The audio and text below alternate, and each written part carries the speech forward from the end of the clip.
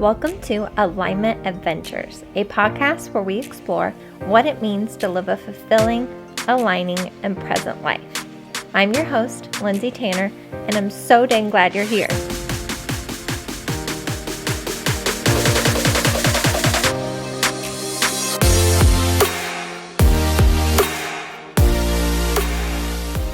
Hello, my loves, and welcome back to Alignment Adventures. I am so excited that you are here today for another super aligning and incredibly expansive interview and conversation with Stephanie Banks. Now, Stephanie Banks is an intuitive channel and medium, and she explains what that is in our conversation. So if you're not sure, just keep listening. As you guys know, I've been listening to channelers for a long time, from Abraham Hicks to Bashar. There's lots of different channels out there. And what's interesting is Stephanie explains how we all have this ability to channel. It's really a matter of tuning into your own intuition, which is something I talk about literally all the time on here. It is a huge part of living an aligned life. But her journey into becoming a channeler is so interesting. It has to do with her mother getting dementia and being nonverbal and being able to communicate with her soul. It's such a heartwarming story of how this even came to be. But we cover so many different topics, from, again, how we all can channel, tips on how to connect with your intuition, how we can use this to parent better, which is so resonant for me and so timely for me. You guys know that I am very, I don't want to say worried, but considerate about how I'm going to raise my son to make sure he keeps that connection with his intuition, because I feel like kids are born with it so innately. So it's just a matter of letting him keep that connection as much as we can. Then we also talk about how we can help raise the vibration of this planet when it seems like things are really crazy, how we can focus on something that's aligning to us, and so many other things. Like, I'm not even going to bore you right now because this conversation is so good. So let's get right into it. I hope you guys love this conversation as much as I did. Stephanie, thank you so much for taking time out of your day and for coming on the podcast. I am so excited and so honored to share you and your story and your journey with my audience. Well, thank you. The honor and pleasure is mine as well. Oh, I love it. Let's start off with the question I always like to ask people, because I love the way that different people answer this. But who is Stephanie Banks? So you can go as deep or as shallow as you want with this one. Okay. Um, this Stephanie Banks that you're speaking to, because I did discover another one actually who does the same work I do, which is really exciting. But this one right here is an earth lover and a tree hugger and an animal advocate and a humanitarian and a planet protector who is here to connect with other loving beings and have a blast in this lifetime. Oh, I love that answer. I want to be a tree hugger too. That's like secretly what I want to do. And I agree. I think we're here to have fun. And how often do we just get caught in the BS and just forget to have fun? And hugging trees is a lot of fun. So I'm going to invite you to come out of your tree hugging closet Yes. and join us, because there are many, many, many of us, and we all were doing it in secret up until, we found each other. Oh, well, I'm ready to come out of the tree hugging closet. And I live in Arizona. It's a little too hot to hug trees right now, but as soon as it cools down, I'm going to go do that. But that leads me perfectly into the next question, just kind of in theme with my podcast and my message. But what does living an aligning life mean to you? Being in alignment feels to me like the things that I say and believe and the actions that I take are deeply resonant within me. So they touch a place of significance and meaning that goes beyond what I would consider superficial. I love that. I love going deep with things. And we have to trust that feeling when we hear something or see something and it feels right. A lot of times people just kind of brush that off or don't acknowledge it. And that is a huge part of your work. So let's go ahead and get into that. Let's talk a little bit about your journey. I just actually watched your TEDx talk, which was so exciting and so cool. So tell us a little bit about your journey and how you got into what you're doing now, which is a channeler, correct? Yeah, I call it intuitive channeling. And I'm also a medium. So I'll just define those and then I'll Yeah. explain how I got here. So Channeling for me is just connecting to divine energy and wisdom. And since I believe we are divine energy and wisdom, I'm not really going outside of myself to connect with that. I'm going to a very still and wise place within. And my process for getting there requires a lot of, inner work and calibration and energy hygiene, you might say. Mm. But that's how I define channeling. And then, of course, mediumship is connecting to ancestors and loved ones on the other side, making soul. I receive communication from souls who have been incarnate, and also energetic beings that aren't. So your spirit guides or the angelic realm, or anyone you want to connect with, your own higher self, for example. I can channel any soul that's on the planet right now. So that's really fun. And the way I came about it was that, well, I've had many careers. I've been a speech pathologist, I've been a lactation specialist, I've been a birth doula, I've been an infant massage instructor. And I'm drawn to all of those just by curiosity. And then I end up diving in and loving it. So doing it for a while.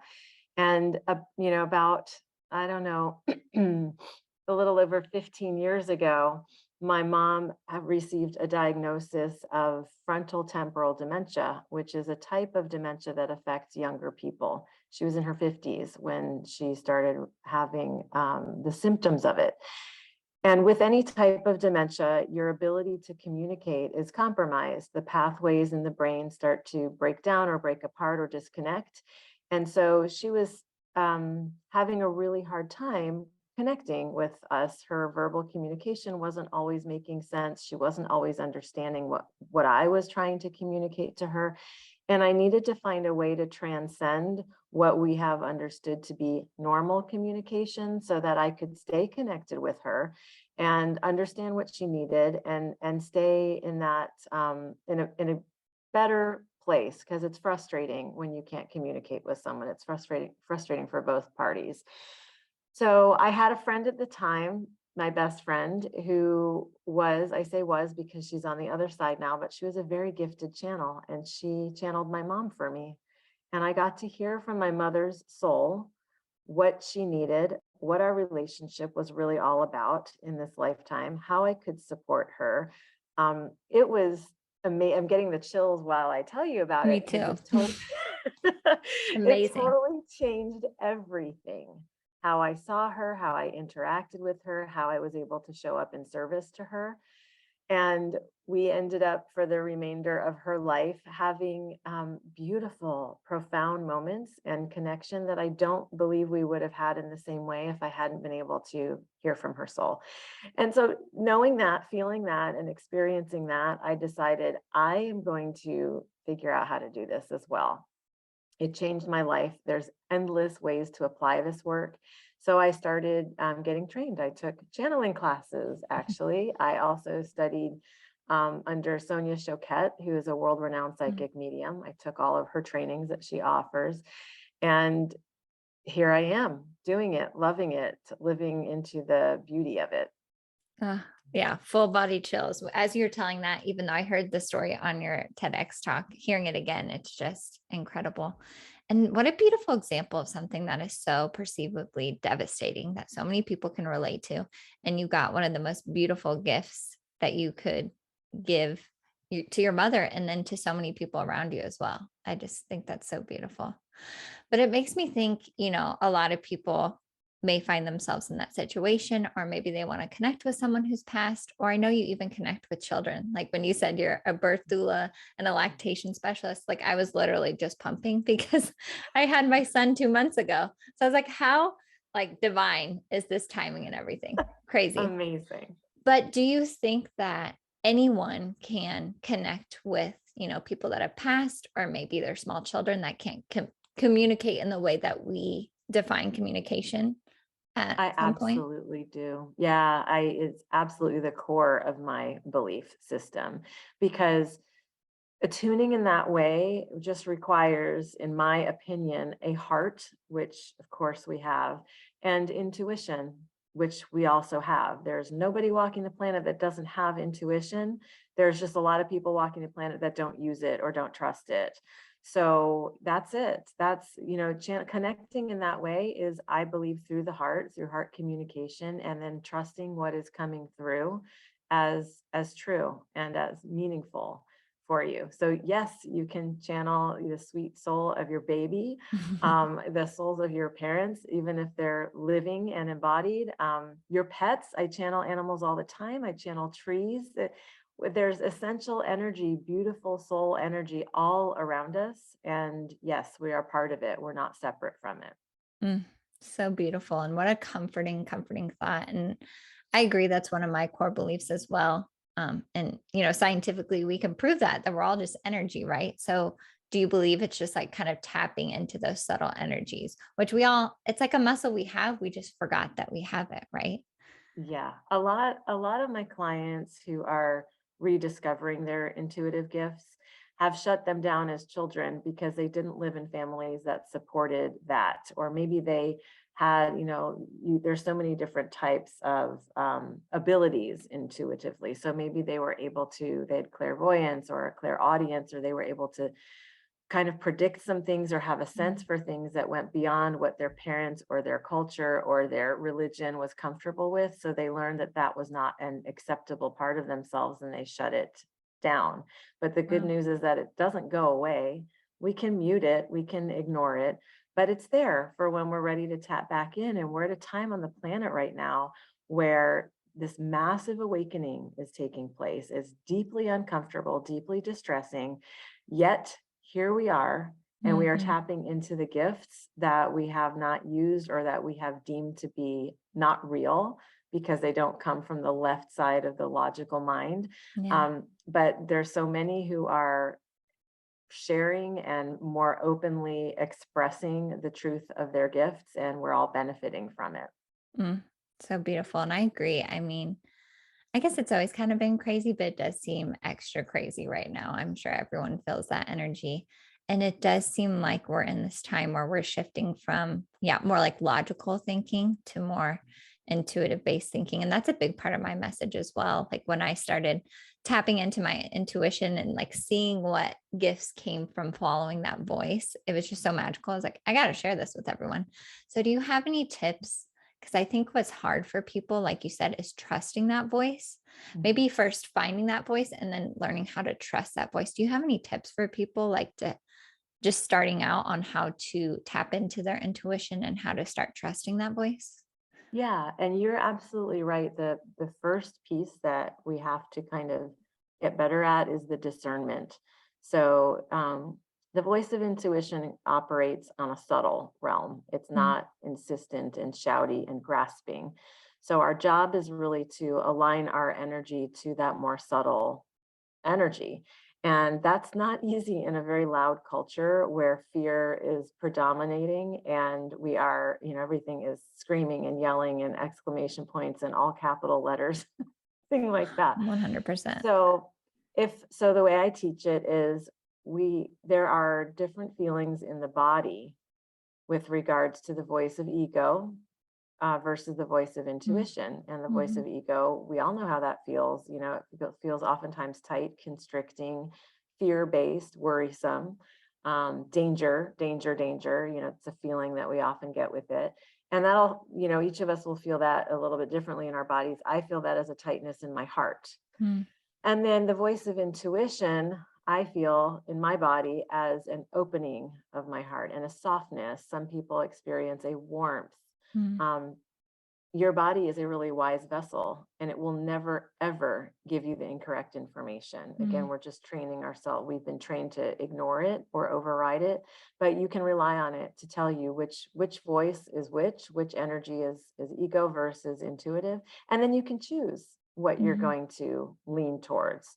Sometimes we do opt to follow the voice of ego. That's not a mistake. Whatever we choose is right for that moment in time, and we can always shift gears and change tracks, and that can be affirming to know that.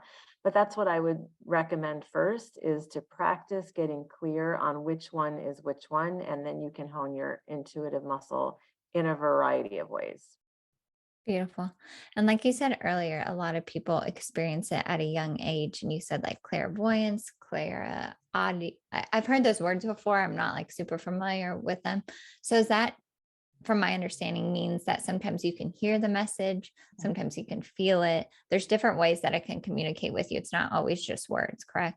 That's absolutely right. And we all receive in different ways. So when I channel, I'm receiving like a rush of language and words and images, and it's flowing through like a monologue almost of just coming through very quickly. But artists are channels, and their art is a form of channeled expression. So are musicians, so are chefs.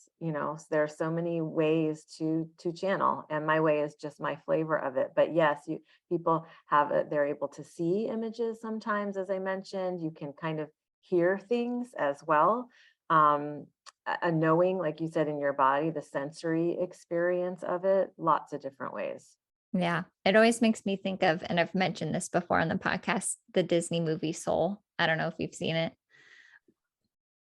I but haven't, and isn't that a shame? I highly Just the recommend it. title, yeah. I think people were misconstruing what it's about. It is about soul music, but it's about the soul too. You would find it so interesting.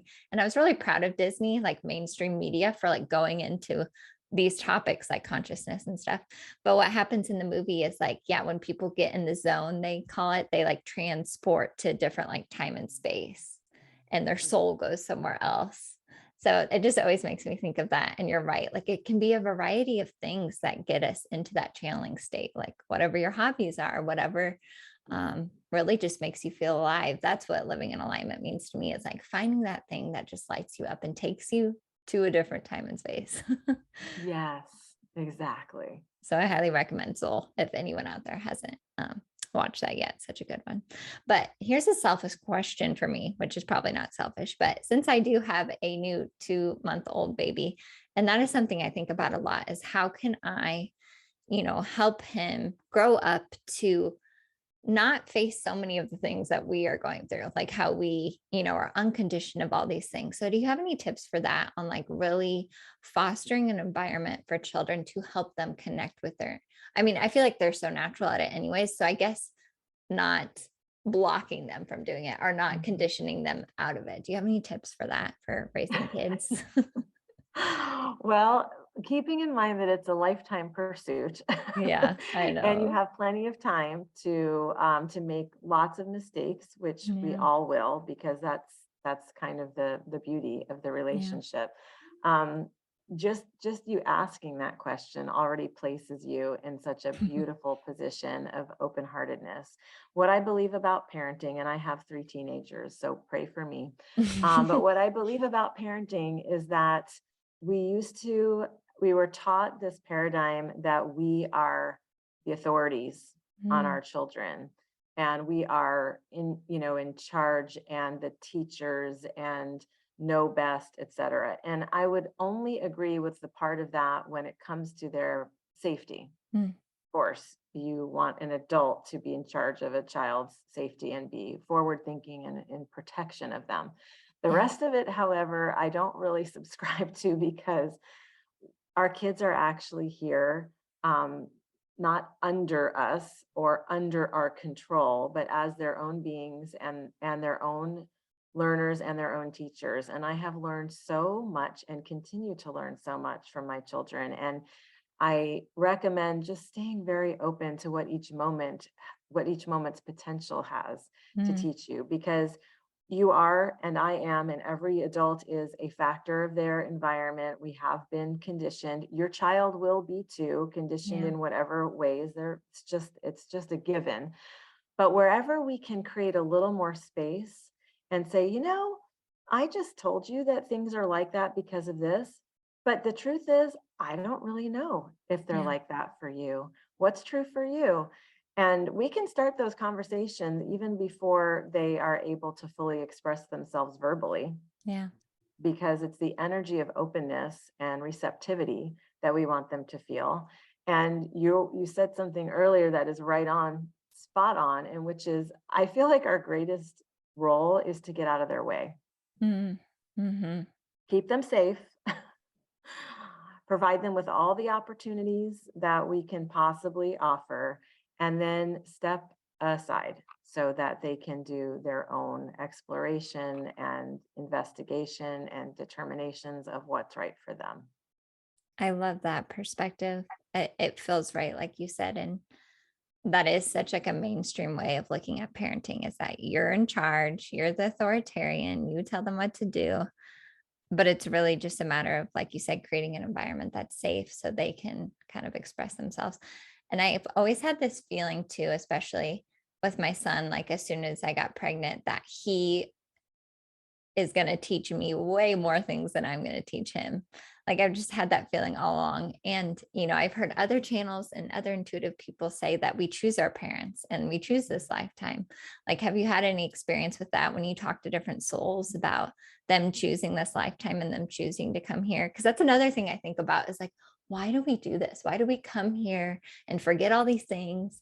And then we get to a certain point in our life where we remember that we are divine and we are connected to, it just seems so crazy that we come here to do all this, but supposedly we chose to do this, right? I know. That's what I believe too. Yeah, it's very effortful to be here. It feels cumbersome sometimes. Um, I actually do believe that on some level we choose family of origin or the people who we are circling or cycling with here. I do believe we have many lifetimes, Hmm. and that some of the souls that we are in um, relationship to, whether it's blood relation or friendship or working relationship, anything, many of them are known to us already on some level, either from a prior lifetime or soul agreements or something of that nature. So it's a beautiful web, I think, these lifetimes that we have.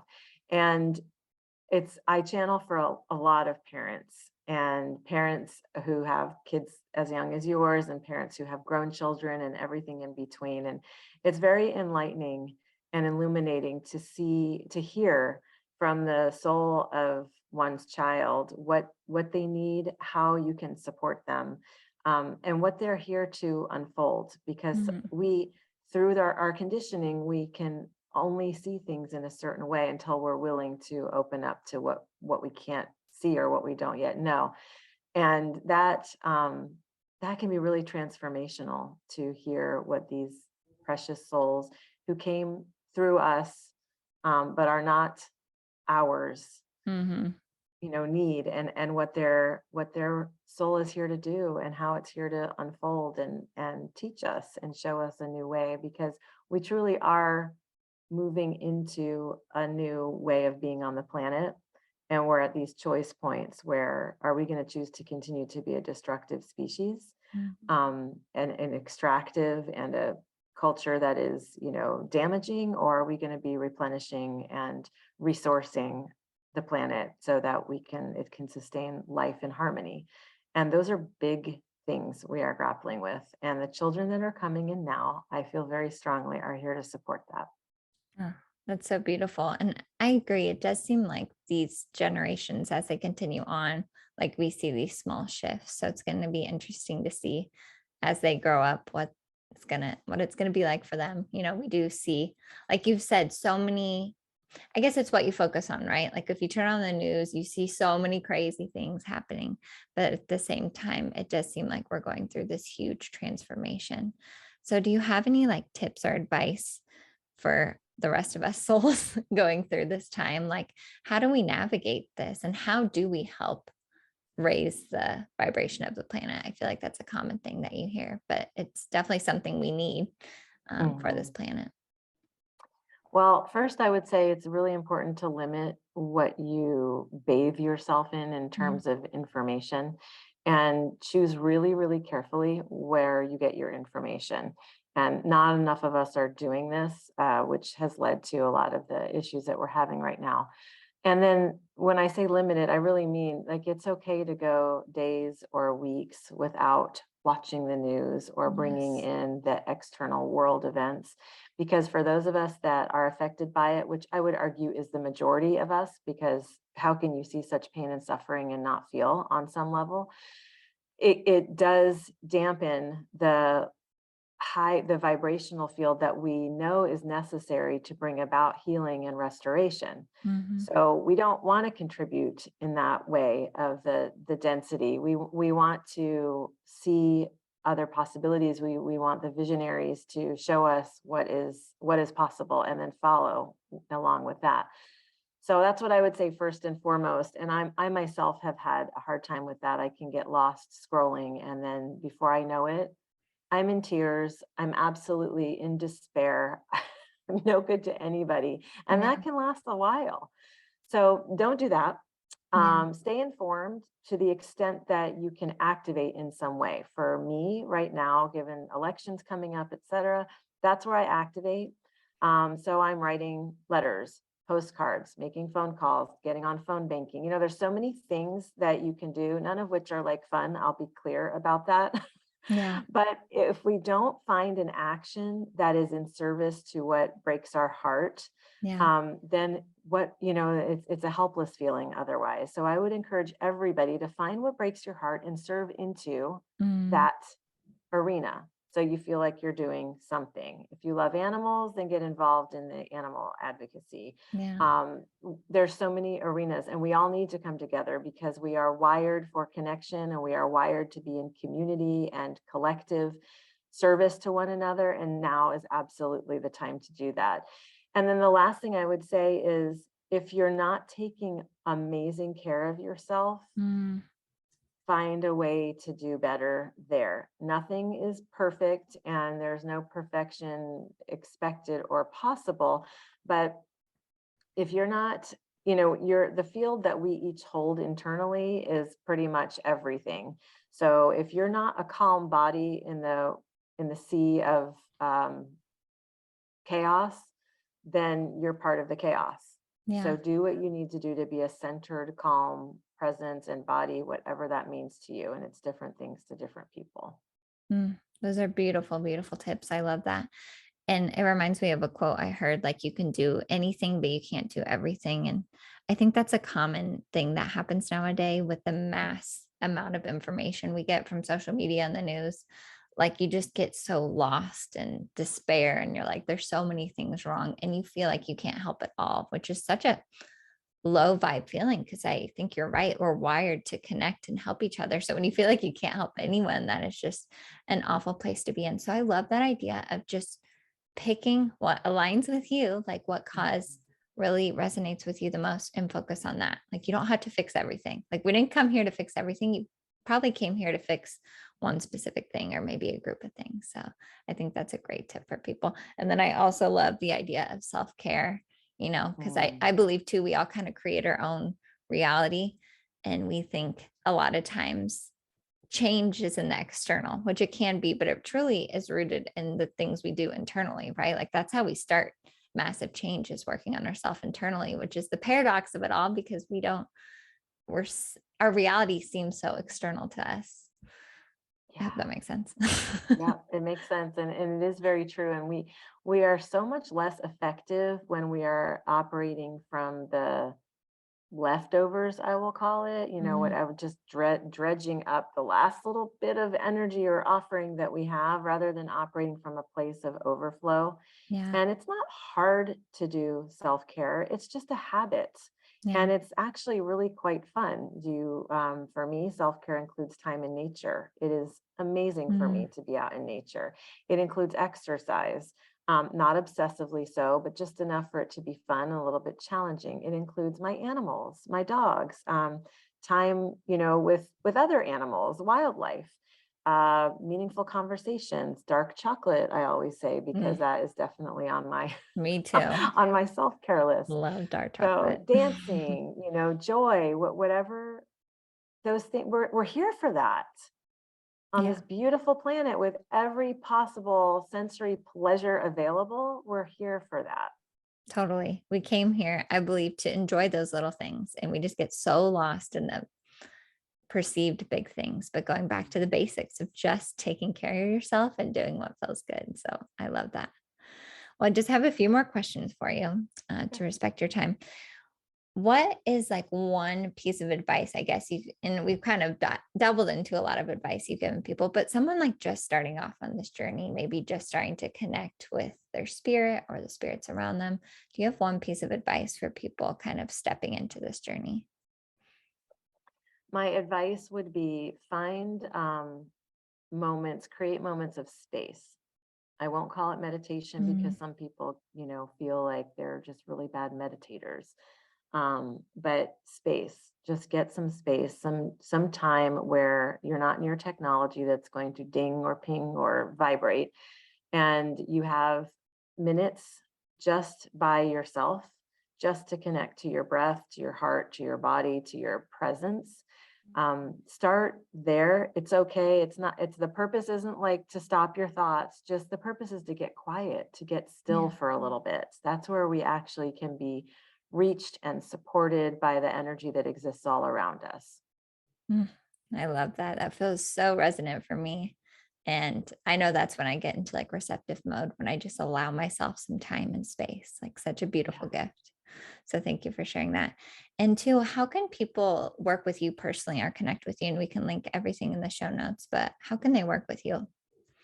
They can go to my website, soulinsight.com, and I have my classes listed on there and my groups and private sessions and whatever I have going on is always current.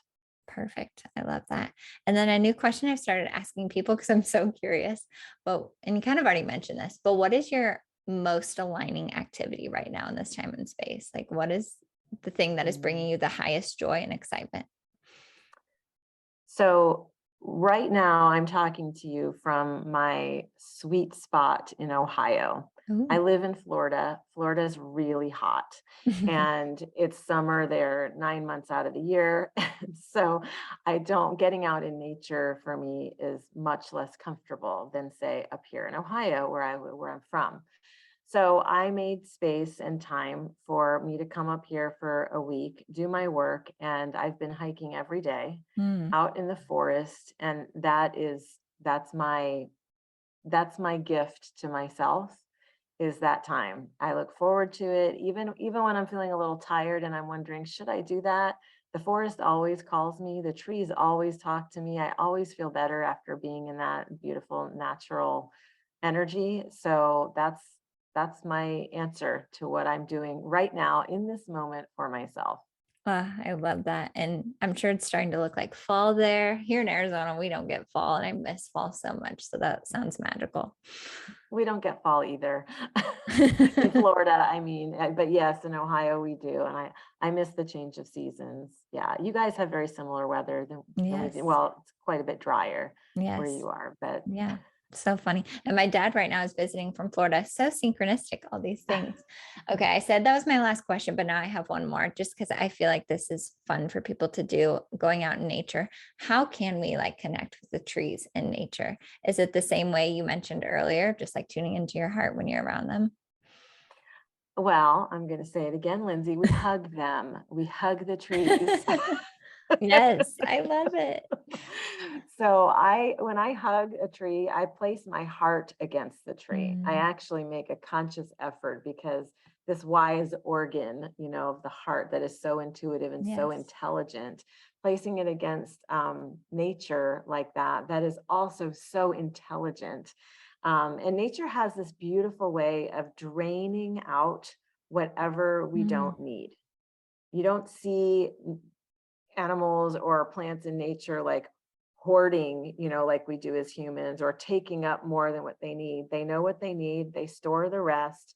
And so there's this intelligent life and web that exists in nature. So I would say get out there is really it, and open your eyes is it. mm, And what do you smell, and what do you see, and what do you hear, and what little creatures are coming to entertain you, because animals are messengers for us. And if we pay attention to which ones are visiting, there's entire websites dedicated to spirit animals. You can look up the mm, significance if like the raven is outside right now because I put some peanuts outside. And that animal is known for its wisdom, its intelligence. So look up the significance of the animals that you're noticing. help a snail out of the sidewalk so it doesn't get mushed, move a worm that's struggling to find some shade, like be part of it. Yeah. Oh, I love that. I love that. And that makes reality and that experience just so much more magical. Just tuning into those subtle energies, like you said. So makes me want to get out in nature. Ugh, I'm so excited for it to get a little bit cooler here. But thank you Well, and so much. you'll Oh, see yeah. with your baby too. Children are so pure in their connection with nature. Mhm. So from a very young age, they're just in awe, looking around at how the light hits the leaves and the trees and how things shimmer and move and the birds that fly. So your baby will be such a great connector for you back to nature. Totally. And I was thinking too, as you were saying all those things, which all the people listening, I'm sure are on board for this, but if you need like scientific, that permission slip, which is just a permission slip, I say, look up how much research supports like just even going outside and grounding or being in nature. Like there's so much science behind it too. Not that we need that. We know it just makes us feel good, but such a good Yeah, well, reminder. that is absolutely true. And the same goes for channeling. Actually, there's science behind channeling. There's science behind pretty much all the spiritual things that we are still told aren't real or can't be proven. The science is there. So go off in search of it if that's what you need. I don't personally need it, but Yeah. I like to be able to have it be, validated, and it certainly is. So cool. Yeah, such an interesting time how those are starting to weave back in. Somehow they got separated, science and spirituality, but now it's starting to weave back together. So, Stephanie, thank you so much for coming on and sharing your wisdom with us. This was such a beautiful and expansive conversation, and I'm so excited for everyone to hear this message. Thank you too. I had a great time, Lindsay. Stephanie, again, thank you so much for coming on the podcast. If you want to connect with Stephanie on a deeper level or work with her one on one, like she said, you can go to her website, soulinsight.com, or you can connect with her on Instagram. Her Instagram handle is Stephanie Intuitive Channel, and I will link all of that in the show notes. I just love all these conversations that we're having and how we're really expanding our conversation and consciousness into these different topics. So, again, if you want to connect with her or me on Instagram or share any takeaways, please do so. My handle is the same at Lindsay with an A.M. Tanner. If you're new here, please consider subscribing either on the podcast platform that you're listening to or on YouTube, which I've been uploading all of these podcasts to YouTube, like I said. So go check those out if you want to. And I don't know if I mentioned this before, but there's a video that goes along with this podcast up on YouTube. So if you want to see the video version of this conversation, please go and check that out. But as always, I'm sending all the love and so many high vibes to every single one of you. And of course, I will see you next time on Alignment Adventures.